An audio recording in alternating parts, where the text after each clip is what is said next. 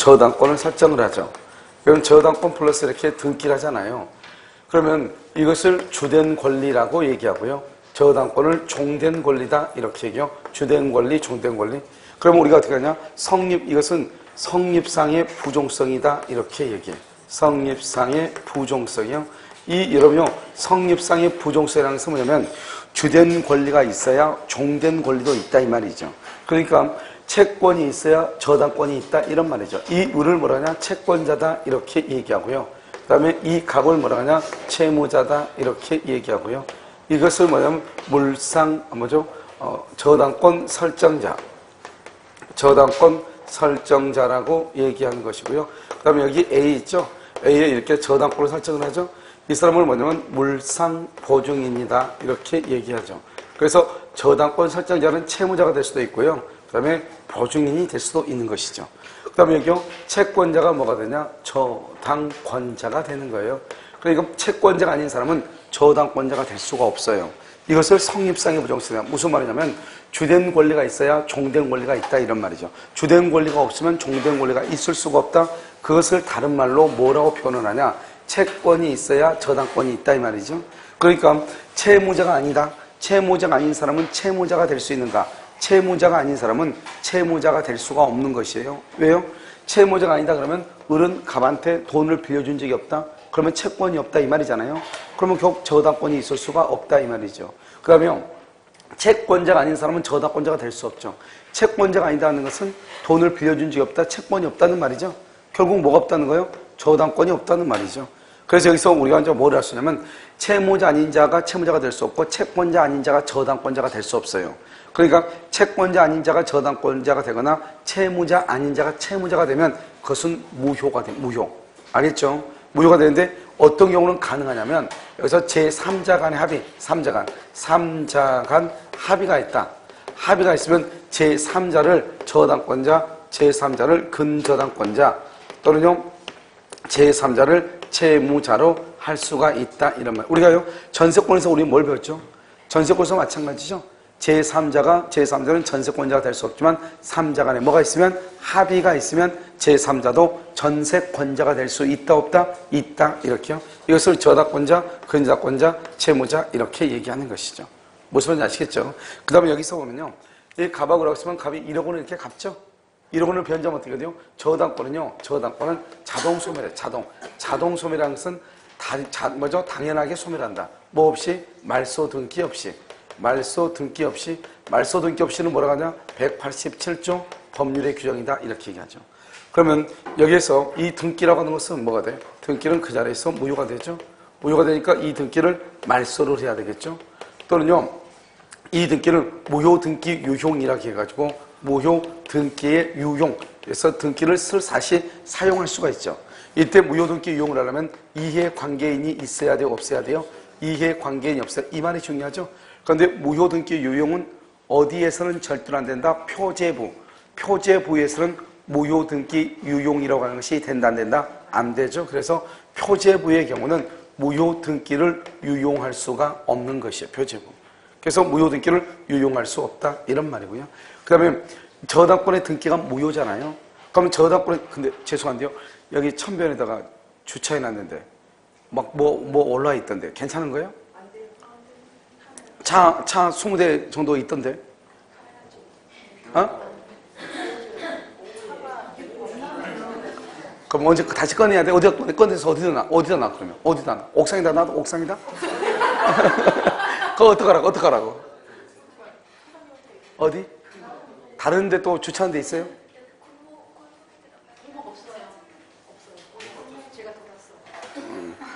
그래? 그럼 근데 차는 거 주차하던데 거기? 주차했죠? 아직 괜찮아요? 예.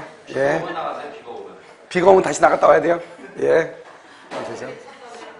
그거 어디 나오지? 시돌에다 놔둬? 시돌에다가? 아, 그래요?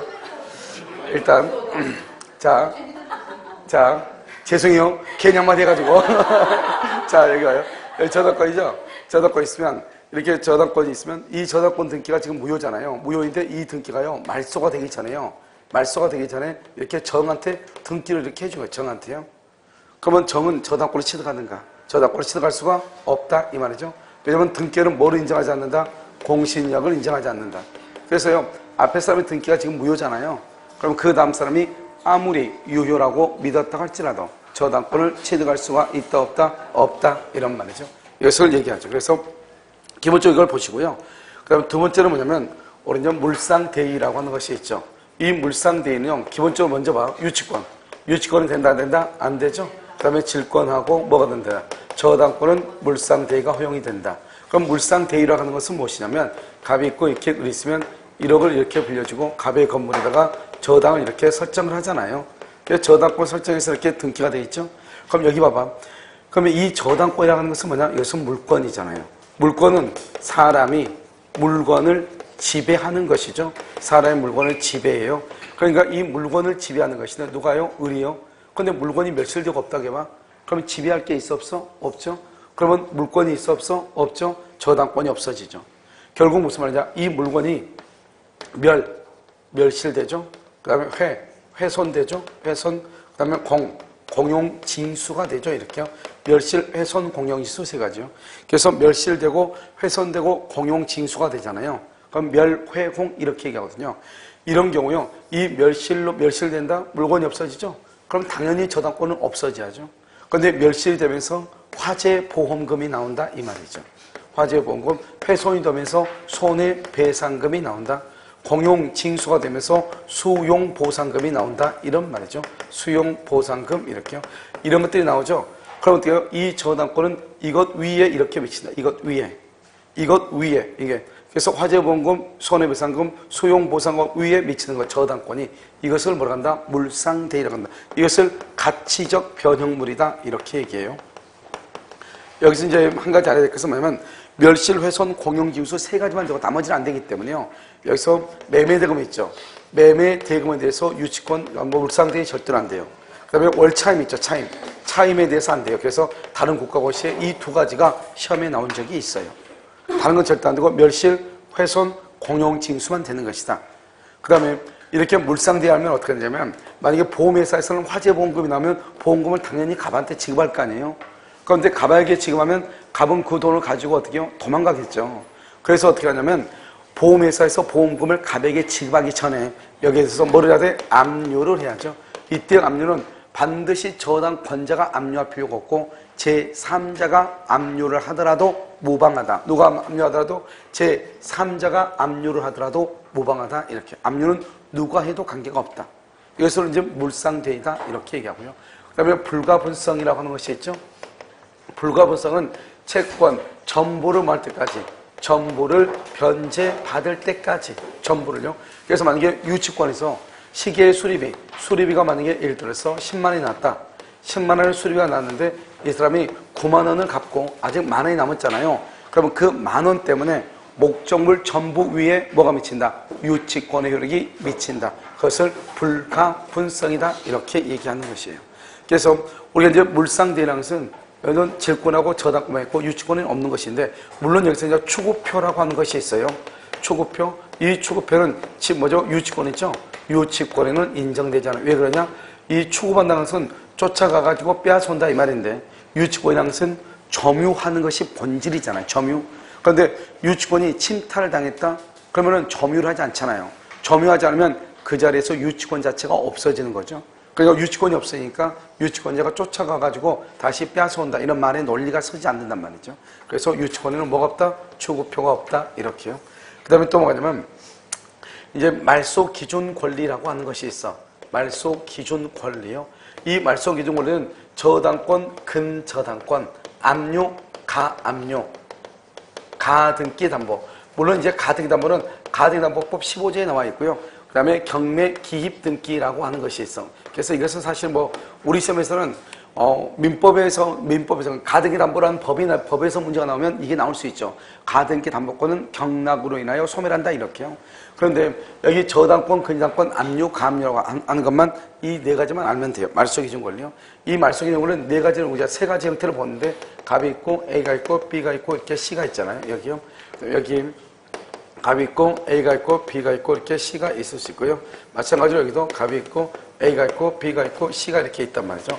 그러면 이것을 우리는 근저당이라고 하고, 여기 전세권, 이러면 전세권하고 임차권하고 지상권하고 같이 가는 거예요. 알겠죠? 그 다음에 여기 저당권 이렇게. 여기는 전세권, 임차권, 그 다음에 지상권이 있고, 저당권이 있고, 저당권, 그 다음에 근저당권이 이렇게 있고, 여기에는 저당권이 있고, 여기 압류나 또는 가압류가 있고, 여기 전세권이 있다. 이렇게 한번 해보자 말이죠. 그래서 여기서 경락이 누구냐? 경락하고 하는 경락인이 을이라는 것이고, 여기는요, 여기 경락인이 벽이라는 것이고, 그럼 경락인이 정이다 이 말이죠. 그런데 여기서 경매대금이 얼마냐? 2억이다. 2억이다. 이렇게 경매대금이 1억이고 여기서는. 그러면 이제 어떻게 하냐면 일단 여기 1번 케이스에서 경매가 뭐죠? 경매가 딱 되잖아요. 그럼 먼저 등기부를 보고, 그러면 울구로 등기부를 보면 다 나오잖아요. 거기에서 저당권, 근저당권, 압류, 가압류, 가등기담보 이런 것들이 어디 있나를 빨리 봐. 봤더니 여기 근저당권이 있고 저당권이 있잖아요. 여기요 케이스 2에서는요, 여기에서는요 어디 있냐면 여기 저당권이 있고 근저당권이 있잖아요. 여기 세 번째에서는 어디가 있어요? 저당권이 있고 압류가 이렇게 있잖아요. 됐죠? 이렇게 먼저 찾고 난 다음에 제일 위에 있는 거, 그걸 최선순위라고 해요. 이 중에서 제일 위에 있는 거 여기죠? 여기. 그 다음에 여기는 어디죠? 여기 B죠? 여기는 어디? A죠? 그러면 제일 위에 있는 거 그 이하의 권리는 소멸해. 이것을 우리는 뭐라고 얘기한다? 소멸주의다. 이렇게. 소멸주의다. 소멸하고 없다. 이 말이죠. 소멸주의. 그러니까 어떻게 하냐? 여기서 이제 보면 이 전세권자였죠? 이 전세권자는 경락인한테 전세금의 반환을 청구할 수 있는가? 청구할 수 있다, 없다? 없다. 이런 말이죠. 그럼 여기 임차인은 경락인에 대해서 임차권을 주장할 수 있는가? 있다, 없다? 없다. 대항할 수 있다, 없다? 없다. 이런 식으로 변형해서 나와. 즉, 소멸하기 때문에 더 이상 자신의 권리를 행사할 수가 있다, 없다? 없다. 이런 말이죠. 자, 두 번째는요. 여기는 이 저당권이 말소 기준 권리죠. 저당권 이하는 뭐 간다? 소멸하죠. 이것을 소멸주의라고 얘기하는 것이고요. 그 다음에 여기요. 전세권은 이것은 소멸한다, 안 한다? 소멸하지 않죠. 소멸하지 않다고 하는 것은 병이 인수한다, 인수주의다 이 말이죠. 결국 전세권자는 경락인에게 전세금 반환을 청구할 수 있다. 전세권자는 경락인에게 대항할 수 있다. 전세권자는 경락인에게 자신의 전세권을 주장할 수 있다. 이렇게 표현을 하는 거예요. 그 다음에요, 여기는요. 여기 보면, 여기가 이제 말소기준 권리죠? 말소기준 권리니까 저당권 이하는 전부가 다 뭐를 한다? 소멸하죠? 이것을 소멸주의라고 얘기해요. 그러고 난 다음에 전세, 피담보 채권이 1억이죠. 그러면 여기 경매대금이 2억이죠? 2억이면 순서에 의해서 배당을 받아가는 것이죠. 그래서 저당권자가 1억을 받아가. 나머지 돈이 얼마가 남아있어? 1억이 남아있잖아요. 그 1억을 그러면 압류권자가 가져갔느냐? 그건 아니다 이 말이죠. 여기에서는 만약에 1억이다. 근데 경매대금이 2억이다. 그럼 어떡하냐? B가 1억을 가져가고 근저당권자가 1억을 가져가. 그럼 2억 다 가져가는 거잖아요. 그런데 여기서는 압류라고 하는 것은 뭐를 압류하는 것이냐? 채권을 압류해. 채권을 압류하기 때문에 채권이니까요. 이렇게 압류하고 전세권 이렇게 있잖아요. 여기서 채권을 압류하니까 압류는 채권이라는 것은 모든 것이 평등을 해요. 그래서 압류권자하고 전세권자, 압류권자 이하의 모든 관리자는 평등해요. 평등하니까 이 1억이라 남은 돈 1억을 B가 다 가져가는 것이 아니고 채권에게 비례해서 나누어 가죠. 다행스럽게 둘 다 1억이죠? 그러면 1억을 5대5로 나누어 가는 거죠. 그래서 압류권자가 얼마? 5천. 그 다음에 전세권자가 얼마? 5천. 이렇게 가져가는 거예요. 그러니까 경매가 됐을 때 압류가 있으면 내 앞에 앉으면서 압류권자 이하는 일단 평등하게 배당을 받아. 그러니까 경매대금을 가지고 자신의 피담보 채권에게 의해서 분담한다, 이제 안분액을 정한다 이런 말이죠. 그래서 이렇게 받아가는 것이에요. 됐죠 지금? 그 다음에 여기서 또 한 가지 중요한 것은 그러면 여기 전세권이 한 세트가 뭐라고 했죠? 전세권, 임차권 이런 것들이 한 세트라고 했죠. 지상권. 여기도요. 전세권, 임차권, 지상권 이게 한 세트라고 그랬죠. 그러면 이제 언제 누가 저당권이 빠른지 전세권이 빠른지 임차권이 빠른지를 알아야 될 거 아니에요. 그럼 여기서 이제 우리가 뭐냐? 주택임대차보호법상의 전입신고 즉 대항력을 또 구해야 되는 것이에요. 여기서 보면 주택의 인도를 받고 플러스 전입신고를 하게 되면 여기서 뭐가 나와? 대항력이라고 하는 것이 나오죠. 이 대항력하고 저당권을 이렇게 또 비교를 또 해야 되는 거예요. 그래서 비교하면 여기서 이제 두 가지가 딱 나오겠죠. 같은 날짜냐? 같은 날짜. 저당권은 9시가 같은 날짜면 그 다음 날이냐? 그 다음 날 2월 2일 9시 그 다음 날. 그래서 이 1번 케이스는 뭐예요? 1번은 같은 날에 다 이루어졌다는 것이고 여기는요 그 다음 날에 저당을 했다 이 말이죠. 저당권.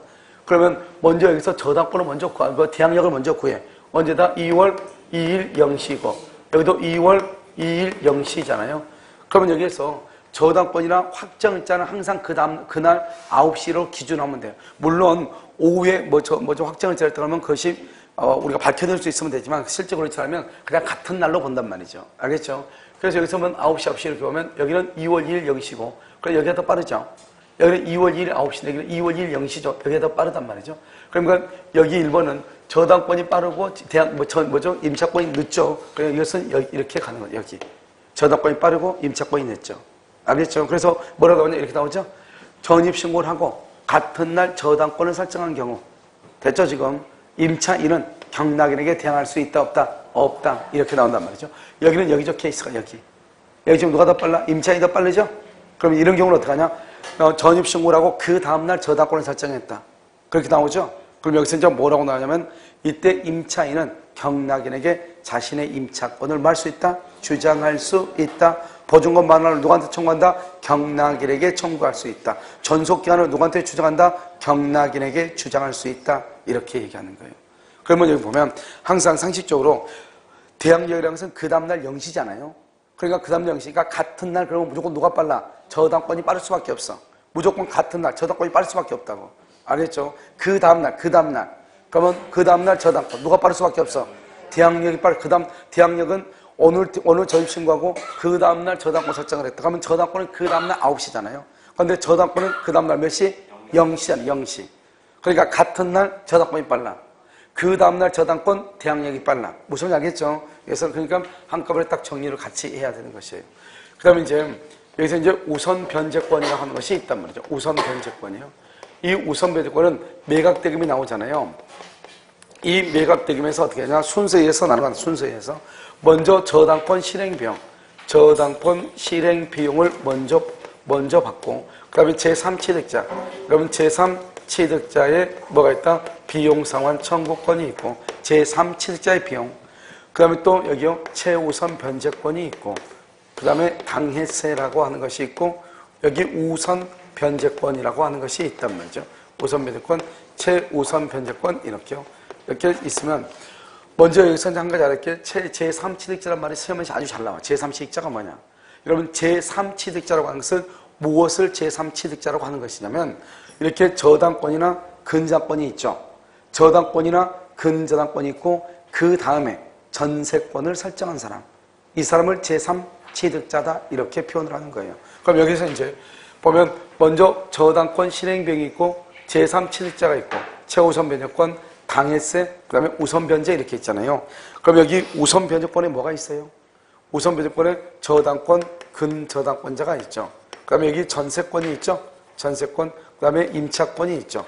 여기서 이제 우선 변제를 받기 위해서는 저당권 날짜는 등기, 전세권도 등기 날짜, 임차권은 확정일자 날짜를 이것을 비교를 해야 돼. 비교. 만약에 예를 들어서 임차권에 있어서 확정일자 날짜가 더 빠르다. 그러면 임차인이 저당권, 근저당권자와 전세권자와 더 먼저 배당을 받는다 이 말이잖아요. 그러면 임차권은 채권이고 전세권, 근저당권, 저당권은 물권이잖아요.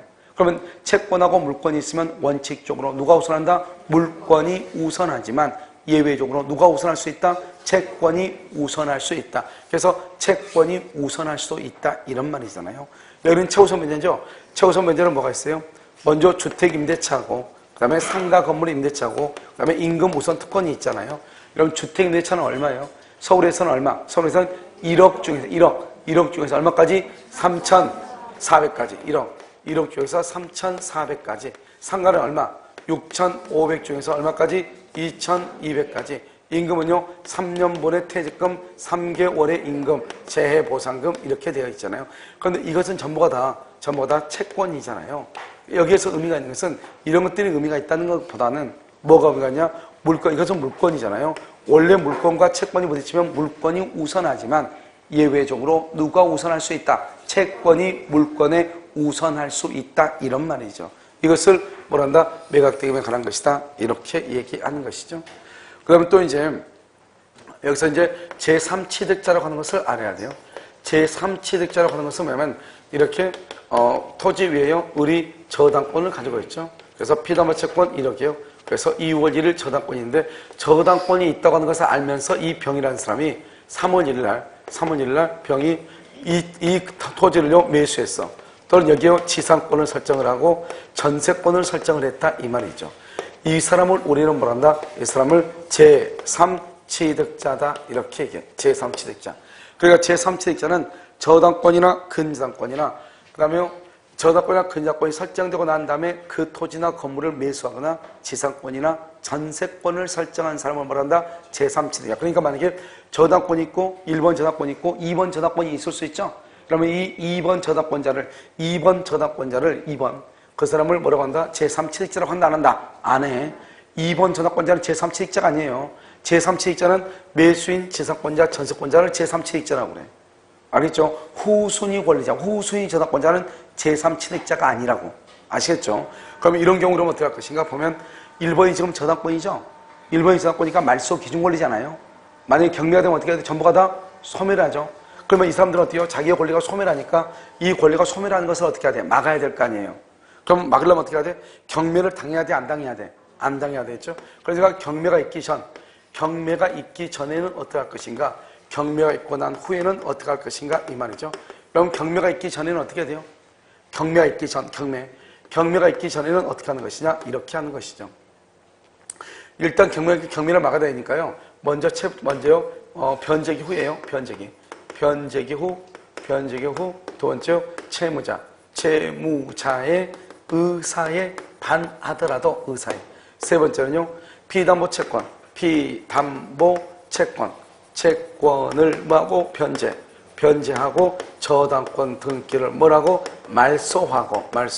네 번째요, 채무자에게 뭐를 행사한다? 구상권을 행사. 돈을 받아와야 되겠죠? 남이 지금 갑이 갚아야 될 돈을 지금 누가 갚아준 거죠? 여기 지금 병이 대신 갚아준 거잖아요.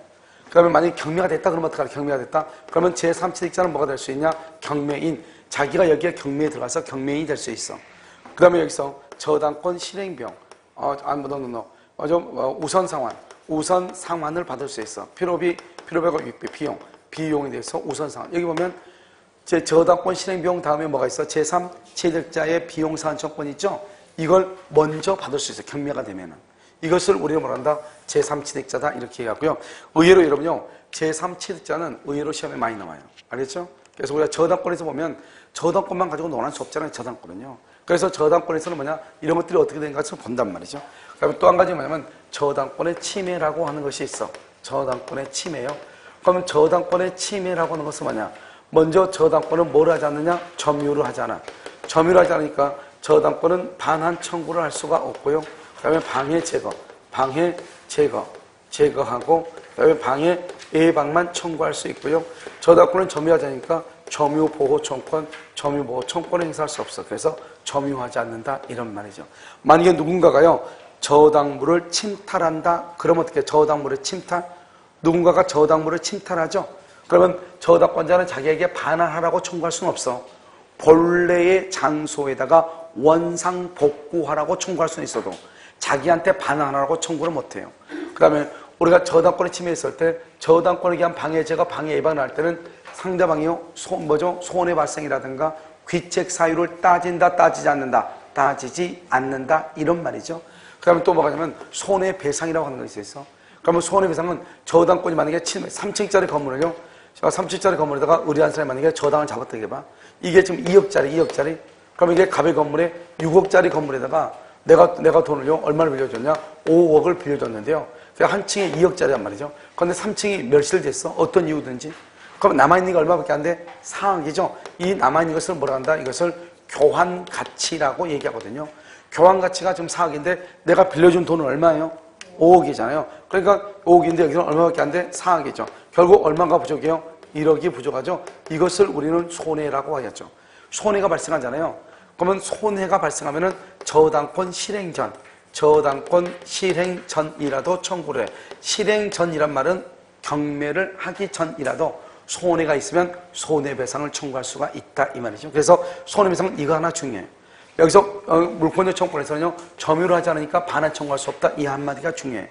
그 다음에 또 한 가지는 뭐냐면 이런 우리가 이제 민법 총칙에서 배웠는데 뭐 나오냐? 채무자가 있죠. 채무자가 담보를 뭐 한다? 손상, 그다음에 감소, 그다음에 멸실하죠. 손상, 감소, 멸실. 담보를요. 그래서 채무자가 담보를요. 손상, 감소, 멸실하거나, 그다음에 채무자가 담보 제공을 하지 않거나, 그래서 담보 제공을 하지 않는다 이런 말이죠. 그다음에 여기 채무자 있죠. 이 채무자라고 하는 사람이 뭐냐면 채무자가 파산 선고를 받거나, 파산 선고, 이런 경우가 있잖아요. 이런 경우가 있을 때 그럼 어떻게 할 것인가? 이런 말이죠. 이럴 때는요, 기한의 이익을 뭐 한다? 상실한다. 이렇게요. 기한의 이익을 상실한다. 이렇게 얘기해요. 그러면 기한의 이익을 상실하니까 어떻게 해야 돼요? 당장 돈을 갚으라게 되겠죠? 그것을 즉시 변제 청구권이다. 이렇게 얘기하죠. 즉시 변제. 당장 돈을 갚아라. 그래서 여기서 보면 채무자가 담보로 손상, 감소, 멸실. 이것은 우리가 기한의 이익 상실, 즉 우리가 민법 총칙을 맨 마지막에 보면 기한이라고 나오죠. 그러면 기한의 이익 상실에는 두 가지가 있죠. 하나는 정지 조건부 기한의 이익 상실 특약과 또 하나는 뭐죠? 형성권적 기한의 이익 상실 특약 두 가지가 있다. 어느 것인지 불분명하면 뭐로 간다? 형성권적으로 추정한다 이거. 그때 기한의 이익 상실 사유가 바로 이것이란 말이죠. 그 다음에 여기는 지금 채무자로 되어 있죠. 채무자. 여기는 채무자로 되어 있는데 여기는 저당권 설정자예요. 그럼 채무자고 저당권 설정자의 차이는 뭐예요? 채무자고 저당권 설정자의 차이가 뭐야? 여러분 눈 있으면 맨 끝에 한번 봐봐. 저당권 설정자는 채무자가 될 수도 있고 누가 될 수 있어? 물상 보증인이 될 수도 있지만 채무자는 그냥 채무자잖아요. 저당권 설정자는 누구도 될 수 있어? 물상 보증인도 될 수가 있거든요. 그러니까 물상 보증인도 될 수가 있으니까 이 저당권 설정자의 책임 있는 사유로 담보물의 가치가 현저하게 감소를 한 경우 어떻게 할 것인가? 그래서 책임 있는 사유 이 말이 중요해요. 설정자의 책임 있는 사유. 이랬을 때는 뭐를 청구할 수 있냐? 담보물 보충 청구권을 행사를 해. 그러면 담보물을 보충했죠? 그럼 담보물 보충하면 어떻게 해요? 퍼펙트하죠? 담보물을 보충하면 더 이상 보충할 게 있어 없어? 없잖아요. 완벽하잖아요. 그러니까 완벽하니까 보충했으면 어떻게 한다? 별도로 손해가 없죠? 손해배상을 청구할 수가 없죠? 여기 보면 담보가 손상이나 감소했을 때 기한의 이익을 상실하는데 그래서 당장 돈을 갚으라고 해야 되는데 담보로 보충했잖아요. 그러니까 담보가 감소했어요? 완벽해요? 완벽하죠? 그러니까 당장 돈을 갚아라. 즉시 변제를 청구할 수 있다 없다? 없다 이 말이죠. 그런데 만약에 담보물 보충을 행사하지 않고 그냥 이 사람이요. 여기 사람이 담보가 손상 감소 몇 시였으니까 야 너 기한의 이익 상실 너는 그냥 당장 오늘 돈을 갚아 이렇게 할 수도 있잖아요. 당장 돈을 갚으러 갈 수 있죠. 그러고 나서 손해가 있으면 손해배상을 청구할 수도 있다. 그래서 담보물 보충 청구권이죠. 그래서 담보물 보충 청구권은 즉시 변제 청구권이나 손해배상을 청구할 수가 없다 이 말이죠. 그 다음에 두 번째요. 즉시 변제를 청구하고 손해가 있으면 뭘 할 수 있다? 손해배상을 할 수 있다? 청구할 수 있다. 이렇게. 알겠죠? 이것을 이제 뭐냐면 이것을 담보물 보충 청구권, 이것을 즉시 변제 청구권, 그 다음에 이것을 손해배상에서 중요한 키워드는 딱 하나예요. 저당권 실행 전이라도 손해배상을 청구할 수 있다. 그 다음에 저당권을 침해해서는 반환을 청구할 수 없다. 이렇게. 그 다음에 제3치도 있잖아요. 변제 경우 채무자의 의사에 반하더라도 피담보 채권을 변제하고 저당권 등기를 말소하고 고상권을 행사할 수 있다. 그 다음에 경매이 될 수 있고 그 다음에 경매되면서 우선 상한을 받을 수가 있다. 그럼 제3취득자가 누구냐? 저당권이나 근저당권이 설정되고 난 다음에 매수한 사람, 지상권, 전세권을 취득한 사람을 얘기하고 그 다음에 후순위 저당권자를 제3취득자라고 얘기한다 안 한다? 안 한다 이렇게요. 그 다음에 여기 우선 변제권에서 중요한 것은 순서가 중요하기보다는 여기서 최우선 변제하고 우선 변제에서 보면 원칙적으로 물권과 채권이 부딪히면 물권이 우선하지만 예외적으로 뭐가 우선할 수 있다? 채권이 우선할 수 있다 이 말이고 말소 기준 권리죠. 여기서 말소 기준 권리가 있다 그러면 저당권, 근저당권 이하의 권리는 모두가 다 소멸하죠. 소멸한다는 말이 중요한 것이 아니고 2순위 전세권자, 2순위 임차인은 그 다음에 경락인에 대해서 보증금 반환이나 그 다음에 전세금 반환을 청구할 수 있다 없다? 없다 이게 중요하고 그 다음에 지상권보다 더 위에 있는 전세권이 있죠. 소멸한다 안 한다? 안 한다. 이걸 인수로 가는데 이 1순위 전세권자는 이 전세권자가 배당 요구를 하죠. 그러면 뭐가 된다? 소멸한다. 배당 요구를 하면 소멸해. 그 다음에 여기에서는 압류가 있죠. 압류가 있으면 무조건 압류가 있으면 일단 압류도 말소 기준 권리에 해당하여 소멸하지만 압류 이하의 권리하고는 무슨 배당이다? 평등 배당이다. 압류 이하는 무슨 권리? 무슨 배당? 평등 배당. 물상대는 뭐? 멸회공이죠. 멸실, 훼손, 공경인수. 다른 건 된다 안 된다? 안 된다. 따라서 매매 대금이라든가 차임은 된다 안 된다? 안 되죠. 여기서 우리가 뭘 할 수 있냐면 물건이 멸실하죠. 그럼 물건이 멸실하면 소유권은 완전히 없어지죠. 그래서 우리가 뭐라고 하냐면 목적물이 멸실하면 그것을 권리도 절대적 소멸이 있어. 우리가 보면 문제에서 절대적 소멸하고 상대적 소멸이 있잖아요. 그러면 절대적 소멸은 물건이 멸실하면 소유권은 완전히 없어지는 거예요. 그런데 물건이 멸실됐다 해서 모든 물건이 소멸한다 그러면 안 돼요. 모든 물건. 왜냐하면 여기서 보면 질권이나 저당권은 목적물이 멸실하더라도 가치적 변형물이 있으면 그 변형물 위에 저당권이나 질권이 효력을 미치거든요. 그 범위 내에서는 목적물이 멸실한다 할지라도 저당권이나 질권은 소멸한다 안 한다? 안 한단 말이죠. 그러니까 목적물이 멸실하면 무조건 소유권은 소멸한다. 맞는 말이죠. 그러면 목적물이 멸실하면 질권도 소멸한다. 틀리단 말이죠. 알겠죠? 소멸할 수도 있고 안 할 수도 있다 이 말이죠. 그래서 이런 말 하면 안 돼요. 모든 물건은 목적물이 멸실하면 절대적으로 소멸한다. 그럼 무조건 틀려요. 알겠죠? 그런데 뭐라고 나오냐? 목적물이 멸실하면 물건이 소멸하는 것이다. 그러면 그건 원칙적으로 맞는 말이에요. 왜냐하면 가치적 변형물이 있다는 것은 나중에 문제이고. 그래서 만약에 또 다른 말로 하면요. 목적물이 멸실하면 담보 물건은 소멸하지 않는 경우도 있다. OX, O. 알죠? 소멸하지 않을 수도 있다. 이런 말이죠. 그래서 물상대에서는 어디 안 된다? 유치권은 된다, 안 된다? 안 된다. 이런 말이죠. 그 다음에 이제 또 한 가지 보면 여기서 다른 건 다 했고 이제 우리가 피담보 채권이죠. 유치권에서 저당권에서 피담보 채권은 뭐냐? 채권은요. 현재의 확정 채권이라든가 장래의 확정, 불확정, 조건부, 기한부 다 돼. 그래서 우리가 저당권에서 피담보 채권은 반드시 금전 채권일 필요가 없어요.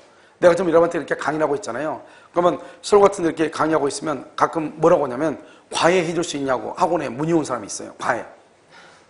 진짜인데요? 자주 오는데요. 지금 같은데요. 그래서 뭐 무슨 소리냐고 그냥 말해버리죠. 하고 나서 들으면 되지 왜 과외를 하느냐. 그래서 돈을 얼마든지 줄 테니까 와가지고 과외 해줄 수 있느냐. 이거 물어본단 한단 말이죠. 그러면 뭐냐면 만약에 예를 들어서 그렇게 해서 선생님들 하는 선생님들도 있어요. 그래서 있는데 그러면 만약에 예를 들어서 내가 과외를 한다고 해봐. 하고 있다. 그냥 하는데 뭐라고 하냐면 돈 주지 말고 그럼 합격하면 얼마 주세요. 이렇게 할 수 있죠. 딜을 할 수 있잖아요. 근데 이 인간이 합격하고 돈을 안 줄 수 있잖아요. 그럼 뭐 한다? 그러면 조건으로 하면 되죠. 합격할 것을 조건으로. 내가 지금 과외하는 거지 돈 빌려준 게 아니잖아요. 그것을 조건으로 해서 뭘 한다? 피담보 채권 3천만 원 해가지고 딱 저당 잡을 수 있다 이 말이죠. 그러니까 우리가 반드시 돈을 빌려준 것만 저당권의 피담보 채권이 될 수 있는 것이 아니고 과외하는 것도 돈으로 환산만 할 수 있으면 다 된다 이 말이죠. 대표적인 게 여러분 보면요.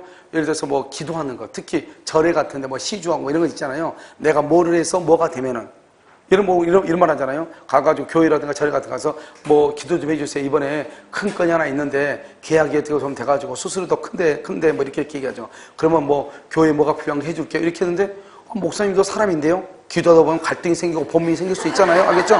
아니 인간이 합격하고 뭐죠?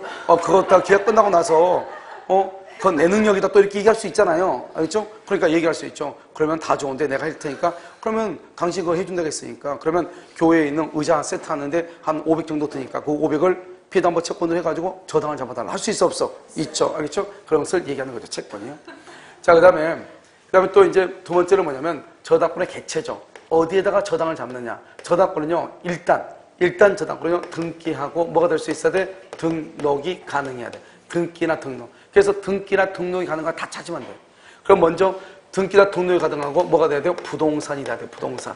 알죠? 부동산. 동산은 돼? 안 돼? 안 돼. 여기서 보면 부동산 뭐가 있죠? 토지, 건물. 그 다음에 뭐가 있어? 임목, 명인방법, 그 다음에 농작물 이렇게 있죠? 이 중에서요. 등기나 등록을 하지 않는 게 명인방법, 농작물이에요. 나머지 이 세 가지는 뭐 한다? 등기하죠? 그러니까 여기는 저당을 잡을 수 있지만 여기는 저당을 잡을 수 있다 없다? 없다 이렇게. 그래서 명인 방법에 의해서 공시되는 것 농작물에는 저당을 잡을 수가 없는 것이에요. 그 다음에 또 뭐가 있냐면 여기서 등기 등록에서 준부동산이라고 하는 것이 있죠. 준부동산 뭐가 있어? 자동차라든가 그 다음에 뭐가 있죠? 항공기라든가 항공기 그 다음에 중기 그 다음에 선박이죠. 선박은 20톤 이상 20톤 이상을 얘기해. 20톤 이상. 그래서 20톤 이하는요, 그것을 동산으로 봐. 20톤 이상은 반드시 선박 등기하도록 돼 있어요. 알겠죠? 그래서 20톤 이상의 선박, 중장비, 항공기, 자동차 이런 것을 우리 민법에서는 원래 이것은 동산이지만 민법에서는 부동산처럼 취급을 해. 그것을 의제부동산, 준부동산이라고 얘기를 해요. 알겠죠? 여기는 저당권을 설정할 수가 있어요. 그 다음에 여기서 보면 지상권, 지역권, 전세권, 지상권, 지역권, 전세권 이 세 가지는 다 등기를 하죠. 그래서 저당권의 객체가 돼요. 그래서 지상권 위에 전세권 위에 저당권을 설정할 수 있어요. 그런데 안 되는 게 뭐냐? 지역권. 지역권은 저당권을 설정할 수가 있다 없다? 없는 것이에요. 그래서 지역권 위에는 저당권 설정. 이게 시험에 가장 잘 나와. 알겠죠? 그 다음에 여기하고 제가 할 수 없는 것. 그 다음에 또 뭐가 있냐면 우리가 어업권 있죠? 어업권하고 광업권. 어업권하고 광업권도 물권이에요. 그래서 여기도 저당을 잡을 수 있어. 특히 여러분요 여기 어업권 그러면 무슨 고기 잡으러 가나? 그렇게 하면 큰일 나. 알겠죠? 그래서 어업권, 광업권 이것은요 낚시하러 가가지고 나 물권인데 골치 아프지 알겠죠? 물권은 배타성이 있기 때문에 한 번 앉으면 그럼 내 자리냐? 그건 아니죠. 알겠죠? 그래서 어업권, 광업권 그 다음에 공장재단이라고 하는 것이 있고 광업재단이라고 하는 것. 이런 재단이라는 말의 뜻이 뭐라고 했죠? 재산의 단체죠. 그러니까 공장 가면 기계가 이렇게 많이 있잖아요. 기계가 이렇게. 이 기계를 만약에 팔아버리면 돈 못 벌잖아요. 그런데 이 기계를 그대로 내가 사용하면서 돈을 빌고 싶다 이 말이죠. 그럼 어떻게 하면 돼? 저당권 하면 되죠. 저당권은 뭐를 하지 않는다? 점유를 하지 않는다. 그러니까 은행에서 돈을 빌려줘도 이 물건을 가져가지 않잖아요. 그러니까 이 공장 기계를 내가 그대로 사용하면서 여기서 돈을 버는 거죠. 그래서 돈을 벌어서 갚으면 되는 거죠. 그래서 기계가 쭉 있으면 기계 1년 번호를 딱 적어가지고 알겠죠? 그것을 리스트를 작성해가지고 그걸 담보로 돈을 빌리는 것을 공장재단이라고 하는 것이요. 광업은 뭐죠? 광업 뭐죠? 탄광캐는 그런 여러 가지 장비들이 있을 거 아니에요. 그런 것들을 뭐죠? 하나예요. 리스트를 작성해가지고 돈을 빌리는 것을 광업재단이라고 얘기하는 것이에요. 알겠죠? 이런 것도 할 수 있고요. 그다음에 여기 또 뭐가 할 수 있죠? 등록이 되는 것 중에서 하나가 또 이러면요 지분이라고 하는 거죠. 지분. 그래서 부동산에 대한 뭐죠? 공동소유는 뭘 한다? 지분 등기라고 되어 있죠. 부동산에 대한 지분은 등기라고 되어 있죠. 그러니까 그 지분도 부동산에 관한 거잖아요. 지분이요. 그래서 지분 위에도 저당을 잡을 수가 있다. 이런 말이죠. 됐죠? 이것을 이제 객체다. 이렇게 얘기하는 것이에요. 그 다음에 또 우리나라 저당권이라고 하는 것은 뭐냐? 저당권은 다른 약정. 다른 약정이 없으면 다른 약정이 없으면 저당권 설정 전호를 불문하고 어디에 미친다? 부합물과 종물에 미친다. 부합물하고 종물에만 한다? 미친다. 그래서 부합물, 종물에 미친다. 이렇게 얘기해. 미친다.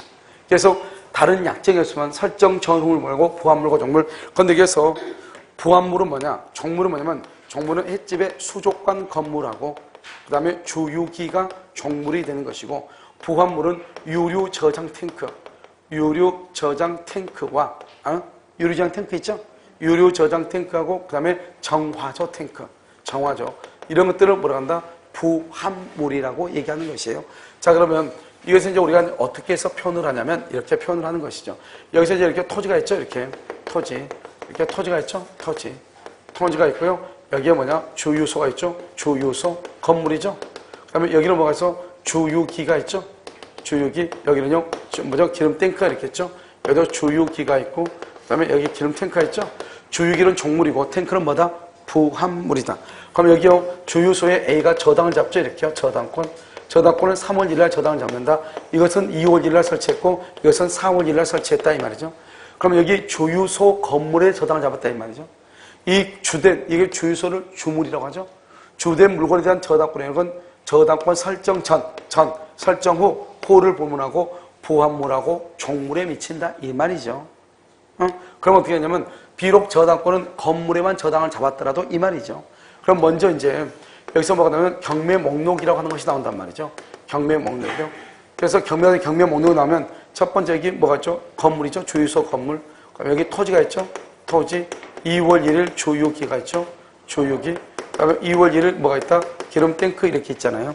그럼 이걸 보고 이제 내가 경락을 받거든요. 경락인이 이걸 보고 경락을 받아. 경락. 알겠죠? 그럼 경락을 받을 때 여기 경매 목록이 이렇게 쓰여 있으니까요. 이걸 보고 경락 받는 거죠. 건물 경락 받죠. 그런데 여기 토지 있죠. 토지는 경매 목록에 나와 있잖아요. 목록이 나와 있어도 경락을 못 받아. 왜냐? 우리는 여기서 보면 토지하고 건물하고 그다음에 임목하고 여기 명인 방법하고 농작물 이렇게 되어 있잖아요. 그러면 토지에 대한 저당권, 토지에 대한 저당권으로 건물, 임목, 명방목, 농작물에 대해서는 절대로 안 돼. 왜? 각각 독립한 부동산이니까. 부합물이나 종물이 아니라고. 각각 독립한 부동산이기 때문에 건물에 대한 저당권으로 토지, 그 다음에 임목, 명인방법, 농작물에 관한 부동산을 취득할 수가 있다 없다? 없어. 그래서 우리가 토지에 대한 저당권은 건물에는 미치지 않는다. 그래서 뭐가 지금 나오냐? 토지에 대한 저당권으로 건물을 경락받을 수 있는가? 된다 안 된다? 안 되죠. 건물에 대한 저당권으로 토지를 경락받을 수가 없는 것이에요. 알겠죠? 그래서 여기서 보면 아무리 건물에 대해서 저당권이 있다 할지라도 토지에 대해서는 저당권의 영역이 미치지 않고, 그럼 여기 주육이 되죠? 2월 1일 땡크 되고요. 그 다음에 여기 4월 1일 주육이 되고요. 그 다음에 4월 1일 기름 땡크 된다 이런 말이죠. 왜냐면 여기는 목록이 지금 있어 없어? 없죠. 없는 것도 경락받을 수 있고요. 있어도 경락을 못 받아. 알겠죠? 그래서 이것을 얘기한단 말이죠. 그러면 이제 우리가 저당권 뭐죠? 저당권 효력범위라고 하는 것은 이렇게요. 타인의 토지 위에 건물을 소유한다. 타인의 토지 위에 건물을 소유하면 적어도 우리라는 사람이 여기서 지상권이나 뭐가 있어야 돼? 임차권이 있어야 되죠. 타인의 토지 위에 있는 건물에 대한 저당권. 이 저당권은 건물의 소유를 목적으로 하는 지상권, 임차권에 뭐한다? 미친다. 이것을 무슨 권리라고 한다? 정대원 권리. 건물을 무슨 권리라고 한다? 주대원 권리죠. 그래서 남의 땅에다가 건물을 소유하기 위해서, 건물을 짓기 위해서 여기서 지상권이나 임차권을 해가지고 건물을 지었다 이 말이잖아요. 무슨 말인지 알겠죠? 자, 그 다음에 여기서 이제 우리가 여기 이렇게 있으면 이것을 우리가 뭔다? 전유 부분이다 이렇게 얘기하죠. 전유 부분이요. 이 전유 부분. 그럼 여기는 뭐죠? 여기 이렇게 돼 있죠. 이것을 대지 사용권이다 이렇게 얘기하죠. 대지 사용권. 전유 부분에 대한 저당권이죠. 저당권은 대지 사용권을 종된 권리라고 얘기하거든요. 전유 부분을 주된 권리. 그러니까 전유 부분에 대한 저당권은 어디에 미친다? 대지 사용권에 미친다 이런 말이죠. 여기까지를 여러분 뭐냐면 저당권이다 이렇게 얘기하는 것이에요. 그래서 저당권은 왜 저당권을 먼저 하냐면 원래 우리가요 지상권, 지역권, 전세권, 유치권, 질권, 저당권은 물권법의 각론이라고 얘기하는데요. 이 지상권, 지역권, 전세권, 유치권, 질권, 저당권은 이 모든 것이 다 저당권에 관한 모든 내용을 다 포함하고 있어요. 우리가 만약에 보면 전세권에 가면 뭐가 있죠? 경매권이 있어 없어? 있잖아요. 그 경매를 할 때 똑같단 말이에요, 이게요. 알겠죠? 그래서 전체적으로 다 똑같이 들어가는 것이고, 그 다음에 우리가 지상권이나 지역권도 부종성하는 것이 있느냐 없느냐. 지상권은 부종성이 없고 지역권은 부종성이 있고 저당권도 부종성이 있거든요. 그럼 그 부종성이라는 것이 뭘 얘기하느냐.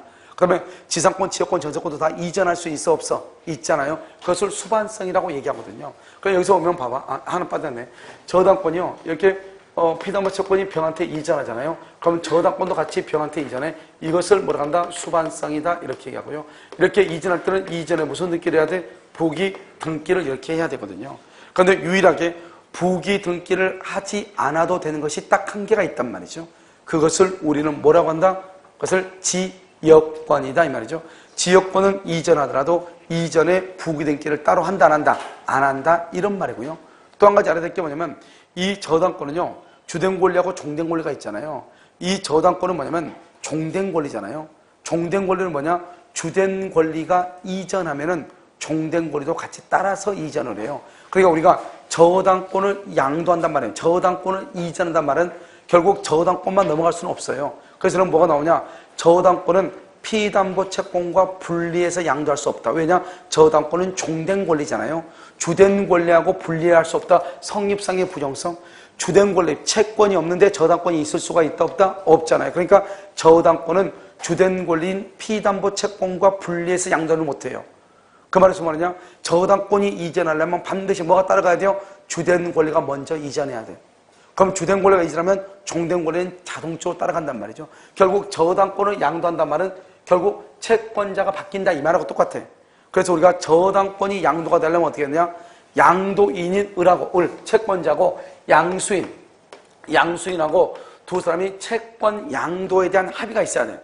그러면서 채권이 갑에서 을에서 병으로 양도되죠. 그러면 자동적으로 종된 권리인 저당권도 을에서 누구 앞으로 병으로 이전해서 이 부기 등기하면 이전하는 거예요. 그래서 그럼요 저당권을 양도하기로 하는 합의는 채무자나 물상보증인은 필요가 없고 먼저 저당권이 양도가 되려면 주된 권리 뭐가 이전해야 돼? 채권이 이전해야 되죠?